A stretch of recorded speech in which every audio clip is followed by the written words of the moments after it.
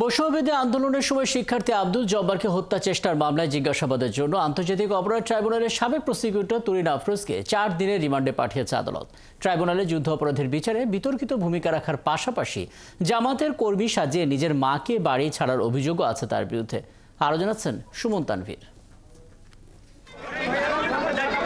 আন্তর্জাতিক অপরাধ ট্রাইব্যুনালের সাবেক প্রসিকিউটর তুরিন আফরোজকে সোমবার উত্তরা থেকে গ্রেপ্তারের পর মঙ্গলবার দুপুরে আদালতে হাজির করা হয়। উত্তরা পশ্চিম থানায় দায়ের করা আব্দুল জব্বার হত্যা চেষ্টা মামলায় তার 10 দিনের রিমান্ড আবেদন জানায় পুলিশ। তবে আদালতে তুরিন আফরোজের কোনো আইনজীবী না থাকায় একপাক্ষিক শুনানি শেষে তার 4 দিনের রিমান্ড মঞ্জুর করেন মোহাম্মদ জাকির হোসেনের আদালত। সে নিজকে আত্মগোপনে চলে যায়।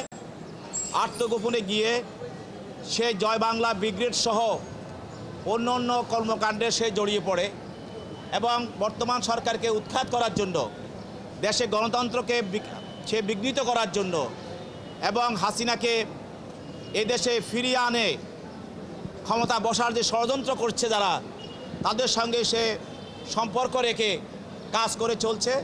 সেটা তদন্তকারী কর্মকর্তা সেটা উদ্ঘাটন করেন এবং এই মামলার সঙ্গে যেহেতু সে জড়িত, তাহলে এই মামলা তাকে তদন্ত করে তার বিষয়টা নিশ্চিত হওয়ার পর তাকে আরও অধিকতর তদন্ত করার জন্য তাকে জিজ্ঞাসাবাদ করা প্রয়োজন।